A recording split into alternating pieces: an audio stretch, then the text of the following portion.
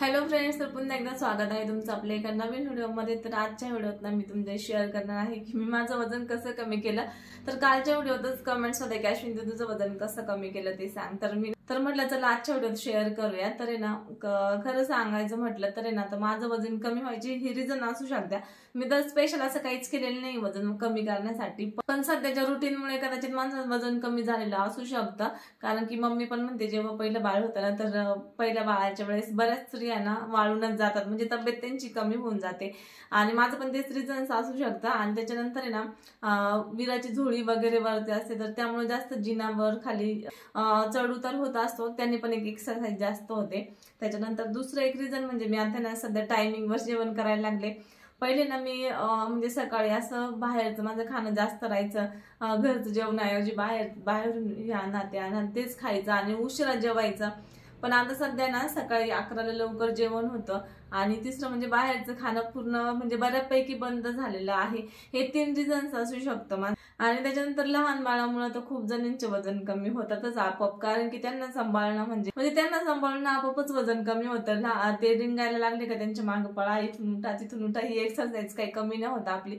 लहान मुलं तर खूप एक्सरसाइज करतात ना, आपल्याकडून ते खूप जास्त करून घेतात, त्याने एक आपलं वजन कमी होत असेल। तर मग मी माझं वजन कमी करण्यासाठी ना स्पेशल असं काहीच केलेलं नाहीये। हे 3च रिझन्स मी माझे त्यांनी झालं असेल कदाचित, तर मग म्हटलं चला आपण शेअर करू। तर मैत्रिणींनो, जेव्हा पण आपल्याला पिरियड येत असतो तर त्यावेळेस आहे ना आपल्याला खूप थकल्यासारखं होतं, खूप थकवा येतो, दमल्यासारखं होत असतं आणि चिडचिडेपणा होत असतो। आणि ज्यावेळेस ना आपला पिरियड रेग्युलर जरी नसेल येत ना तर त्यावेळेस सुद्धा आपल्या स्वभावात खूप बदल होत असतो, चिडचिडेपणा वाढत असतो। तर हे सगळं का होतं, जेव्हा पण आपल्या शरीरातील लोह कमी होतं तर याच्या साईड इफेक्ट आपल्याला असे बघायला भेटत असतात। तर आपल्या भारतात ना 57% महिलांना हा लोह कमतरतेचा त्रास आहे आणि 59% मुलींना या समस्येचा सामना करावा लागतो। जेव्हा आपल्या शरीरातील रक्त कमी होतं ना तर त्यावेळेस लोह सुद्धा खूप कमी होऊन जातं। आणि जेव्हा पण आपल्याला पिरियड येत असतो ना तर त्यावेळेस आपण आपल्या शरीरातील खूप लोह गमावतो, कारण की काहींना कमी फ्लो असतो, काहींना जास्त असतो। तर त्यांना ना 15 ते 20 मिलीग्रॅम लोह कमी होण्याची शक्यता असते आणि 30 ते 40 मिली रक्त सुद्धा कमी होते। तर या समस्या खूप जास्त लेडीजला आपल्याला सामना करावा लागतो। तर यावरती सोल्युशन सुद्धा आहे। तसंच आपण लोह वाढवण्यासाठी वेगवेगळे व्हेजिटेबल्स फ्रुट्स खात असतो, पण त्याने जास्तीत जास्त लोह आपल्याला भेटत नाही। तर असंच एक चमत्कारिक झाड मी तुम्हाला सांगते जे सगळ्यांना माहित आहे, ते म्हणजे मोरिंगा लीफ, म्हणजे शेवग्याच्या शेंगाचं झाड। तर त्याच्या पानांचा जी पावडर असते ना ती आपल्या शरीरासाठी खूप फायदेशीर असते। तर एवढी पावडर बनवायला कुणाला वेळ नसतो, तर त्यासाठी आपण नेचर शुअरची मोरिंगा लीफ पावडर वापरू शकतो। यामध्ये आपल्याला भरभरून विटॅमिन भेटत असतं, खूप फायदेशीर आहे। त्याच्यामध्ये ना प्रति 100 ग्रॅम आणि 28 मिलीग्रॅम लोह आहे। आणि ज्यांचा पिरियड मध्ये लोह कमी झालेला आहे ना त्यांच्यासाठी तर ही मोरिंगा लीफ पावडर एक वरदानच आहे।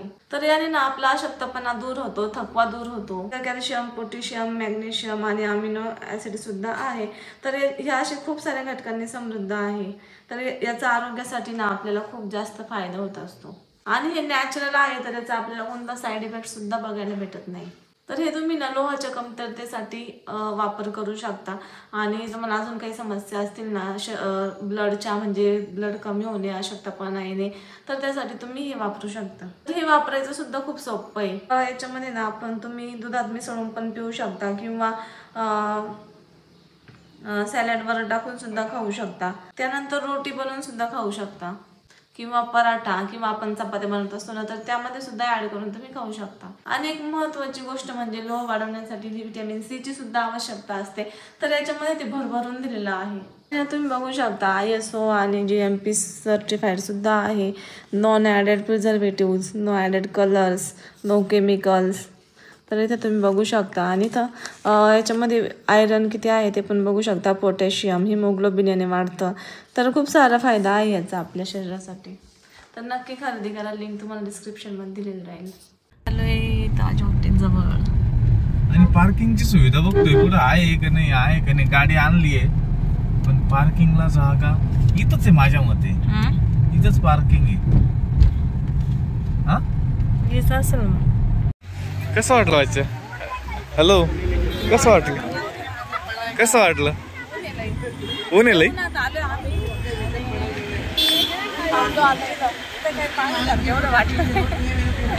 का बरं तुला एवढं ताज हॉटेल? तुला आज ताज हॉटेलला नाही पण लाव ही गाडी पाठीमागे घेऊन राहिलाय. तर आलोय आता आम्ही इथं पाठीमागं तुम्ही बघू शकता ताज हॉटेल आहे आणि इथं जाणार आहे आता आम्ही. इथं गाडी लावली आहे इथं बघू शकतो.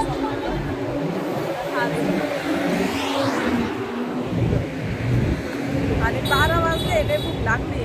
मिस्टरांनी नाश्ता केलाय त्याच्यामुळे त्यांना काही काळजी नाही आता माझी. काय बरं मोबाईल भूक लागली 12 वाजले. चल ना ताज हॉटेल खाऊ घाल. चला मग. काय खायचंय? काल म्हणले होते 9:30ला तुला ना ताज हॉटेलला जेवायला नेईन. रात्री 9:30 कधी वाचून नाही गेले. काय काय खायचं? चल आलोय आम्ही आता इकडं गेटवे ऑफ इंडियाला. मस्त आणि खूप आहे तर एवढी गर्दी आणि ऊन तर प्रचंड तरी भरपूर गर्दी. तिथं पक्षीच नाही छान उडा तेव्हा त्याचं लोकेशन नाही. असं खूप मजा येऊ राहिली. माझ्याने मला भूक लागली लहान पण लागली आता.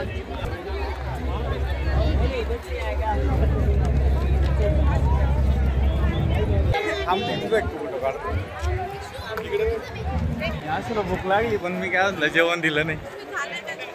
मी दाबून खाल्लेलं त्याच्यामुळे मला काही गरज नाही. पाठीमागे आपल्या ताज हॉटेल तुम्ही बघू शकता मित्रांनो. आणि इकडे आहे हा हा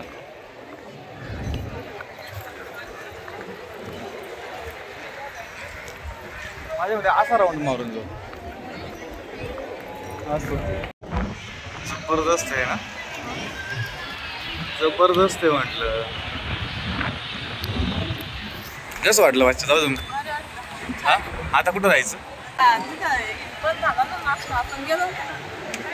नाही ना 12:30 वाजता चालू होणार ते. लंच चालू होणार 12:30ला. अजून कोण वेट करेल? हा अजून कोण वेट करेल? जाऊन खाऊन द्यावा काय. चालायचं मग.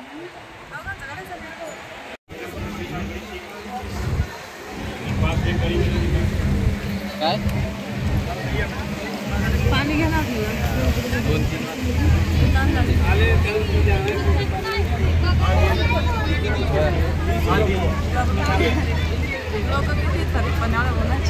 हा ना ऊन किती आहे आणि गरमी किती तरी.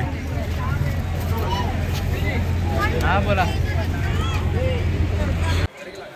आता आम्ही जाणार आहे. इथं काही जास्त वेळ नाही थांबणार कारण की कामाच्या भारात चालले. खूप गरमी आहे. ऊन इतकं प्रचंड आहे ना त्याच्यामुळं जाणार आहे आता लगेच.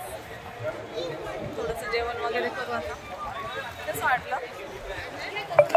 गरमी ना जाम जात.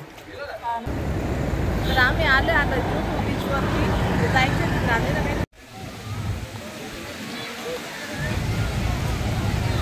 इतकं प्रचंड ऊन आहे आणि खूप गर्दी.